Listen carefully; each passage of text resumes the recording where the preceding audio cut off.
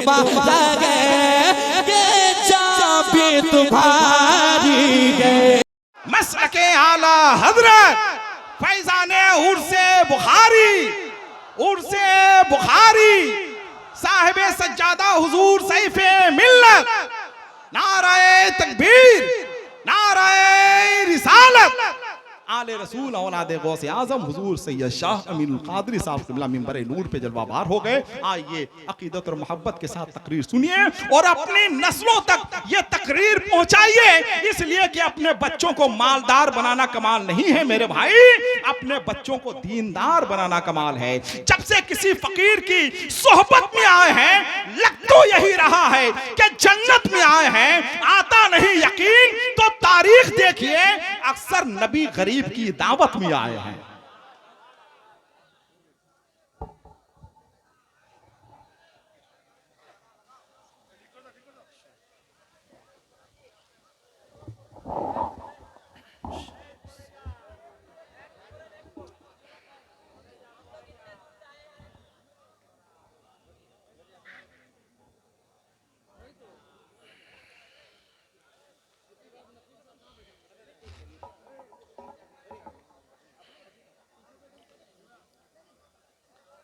الحمد للہ رب العالمین والعاقبۃ للمتقین والصلاة والسلام علی سید الانبیاء والمرسلین وعلی آلہ واصحابہ الطیبین الطاہرین، اما بعد فاعوذ باللہ من الشیطان الرجیم، بسم اللہ الرحمن الرحیم۔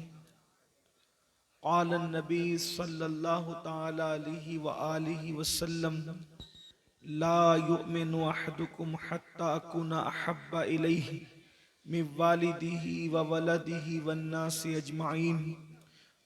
صدق رسول اللہ صلی اللہ تعالی علیہ وآلہ وسلم۔ غوث اعظم بمن بے سر و سامان مدد، قبلہ دین مدد، کعبہ ایمان مدد، انتظار کرم تست من عینی را، اے خدا جو خدا بینو خدا دا مدد۔ بگردہ بے بلا افتادہ کشتی، ضعیفانو شکستہ رات و پشتی، بحق کے خواجہ عثمان ہارون، مدد کن مدد کن مدد کن یا معین الدین چشتی۔ منبر پر رونق افروز محب گرامی قدر صاحب سجادہ حضرت پیر سید سیف الحسن بخاری مدظ اللہ العالی، وہ جمیع عرش مقام سادات کرام، علماء ذوی الاحترام، حاضرین محفل، پردہ نشین ماؤں اور بہنوں، السلام علیکم ورحمۃ اللہ وبرکاتہ۔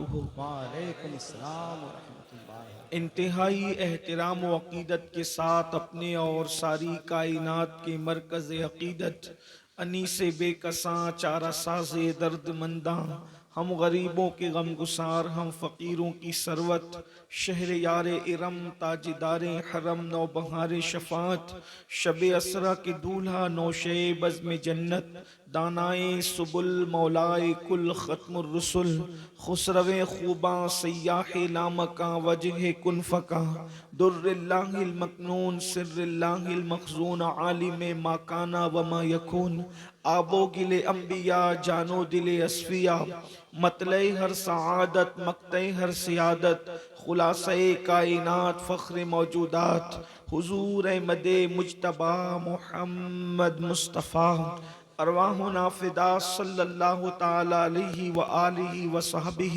وبارک وسلم کی بارگاہ بے کس پناہ میں جس طریقے سے پڑھاؤں، بلند آواز سے میرے ساتھ مل کر پڑھیں، الصلاۃ والسلام علیک یا رسول اللہ۔ ہزاروں کا مجمع سب مل کر میرے ساتھ اگر پڑھیں گے تو ایک ہی محفل میں ہزاروں درود و سلام آقا علیہ السلام کی بارگاہ میں پیش ہو جائیں گے۔ مل کے پڑھیں، الصلاۃ والسلام علیک یا نبی اللہ،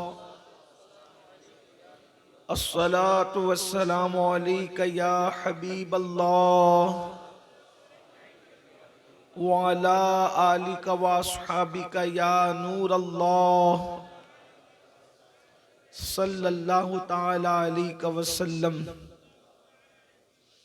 نعمتیں بانٹتا جس سمت وہ ذیشان گیا، ساتھ ہی منشی رحمت کا قلم دان گیا، لے خبر جلد کے غیروں کی طرف دھیان گیا، میرے مولا میرے آقا تیرے قربان گیا۔ آہ وہ آنکھ کے ناکام تمنا ہی رہی، ہائے وہ دل جو تیرے در سے پر ارمان گیا، دل ہے وہ دل جو تیری یاد سے معمور رہا، سر ہے وہ سر جو تیرے قدموں پہ قربان گیا، انہیں جانا انہیں مانا نہ رکھا غیر سے کام، للہ الحمد میں دنیا سے مسلمان گیا۔ الحمدللہ آج کی یہ خوبصورت ترین محفل بے فضل تعالی عرس بخاری کے موقع پر انعقاد پذیر ہے۔ مجھ سے پیشتر آپ نے مجھ سے بہت بڑے بڑے اہل علم، اہل دانش اور اہل فکر و نظر کے خطابات، ان کی نقابت، ان کے اشعار سماعت کر لیے ہیں، اور میرے بعد بھی یہ محفل جاری رہے گی۔ میں بہت طویل گفتگو کرنے کی بجائے بہت اختصار کے ساتھ کام لیتے ہوئے صرف ایک حدیث مبارکہ آپ کی خدمت میں تشریح کے ساتھ اور اس کے کچھ ضروری لوازمات کے ساتھ پیش کرنے کی سعادت حاصل کروں گا۔ اللہ پاک کی بارگاہ میں دعا ہے کہ اللہ رب العزت مجھے حق کہنے اور آپ سب کو حق سن کر اس پر عمل کرنے اور اسے عام کرنے کی توفیق عطا فرمائے۔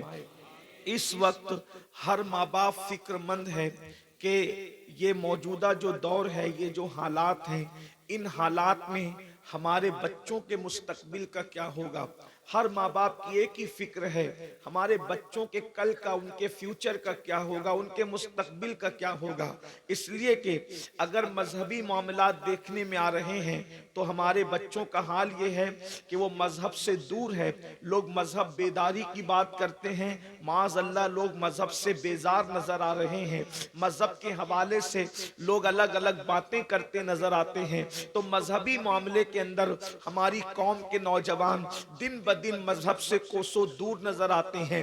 مثال کے طور پر شراب اور نشے نے ایک طرف ان کو مذہب سے دور کر دیا ہے، کہیں پر بدکاری نے ان کو مذہب سے دور کر دیا ہے، کہیں پر بدنگاہی نے ان کو مذہب سے دور کر دیا ہے، کہیں پر بدعقیدگی نے ان کو مذہب سے دور کر دیا ہے۔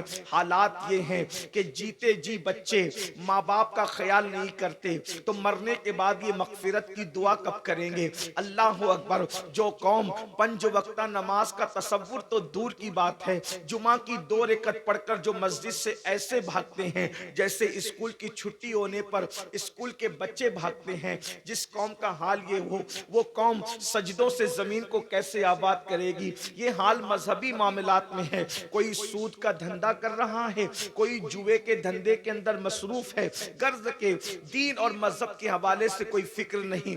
جہاں تک معیشت اور معاش کا معاملہ ہے، غربت دن بدن مسلمانوں کے گلے پڑتی جا رہی ہے، ہر دن مسلمان غریب ہو رہا ہے، ہر دن مسلمان مفلس ہو رہا ہے۔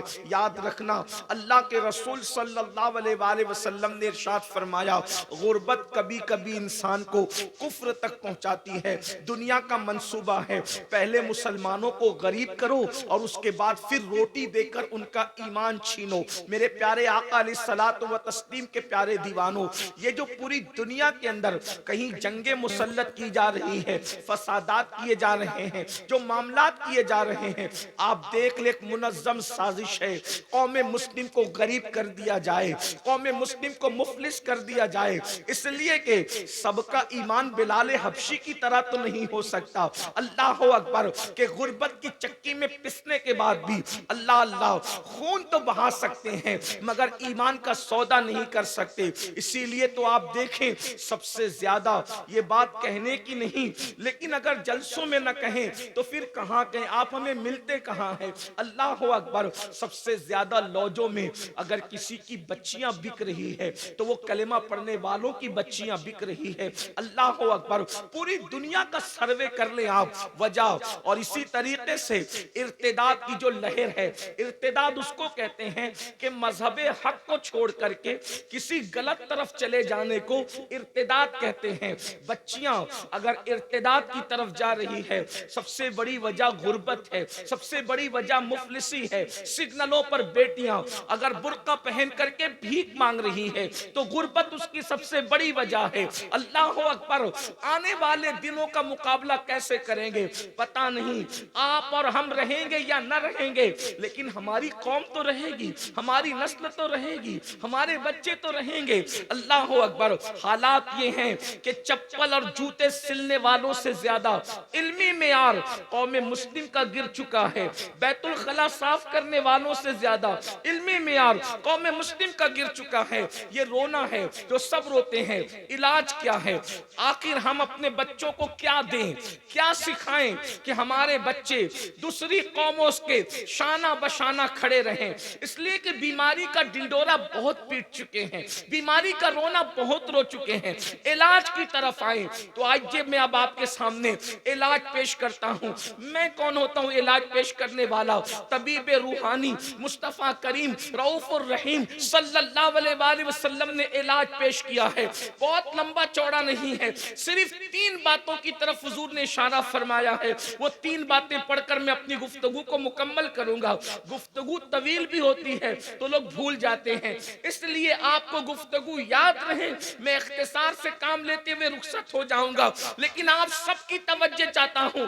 پھر کہتا ہوں کوئی خطابت کرنے نہیں آیا، صرف اور صرف دل کا درد آپ کے دلوں کے دروازے پر انڈیلنے کے لیے آئے ہیں. شاید کہ تیرے دل میں اتر جائے میری بات. اتنا بڑا مجمع ہے بنگال کی سرزمین پر، اگر اتنے ہی لوگوں میں انقلاب پیدا ہو جائے تو پورے بنگال کے اندر انقلاب پیدا ہوگا. اس لیے کہ انقلاب کے لیے بہتوں کی ضرورت نہیں ہوتی.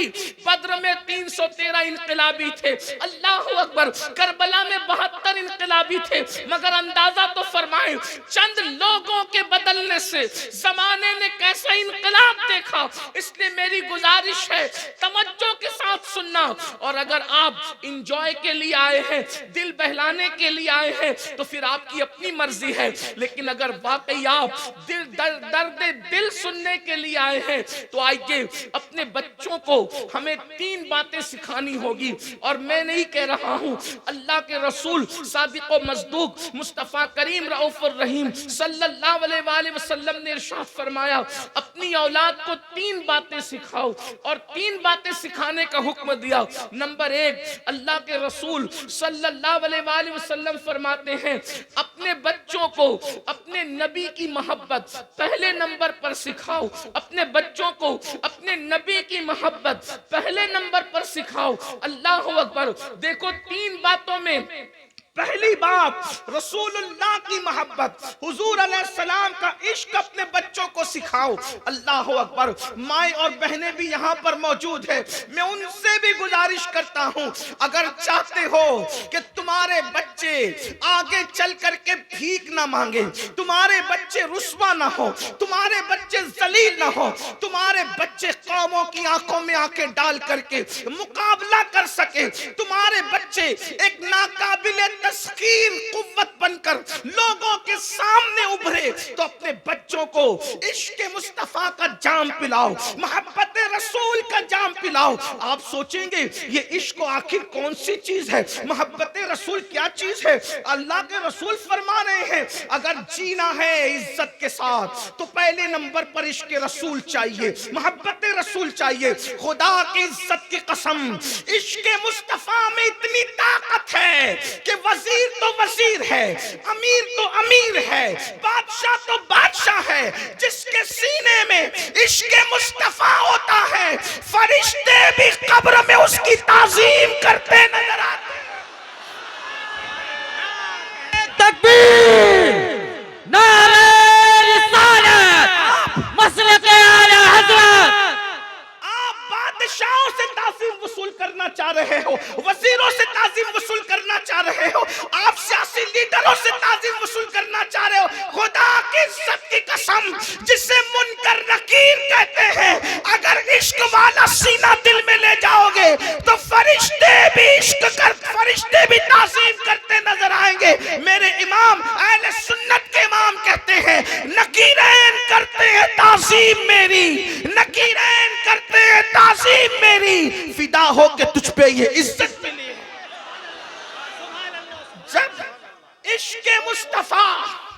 جب عشق مصطفیٰ میری گزارش ہے کوشش کریں زیادہ نعرے نہ لگائیں.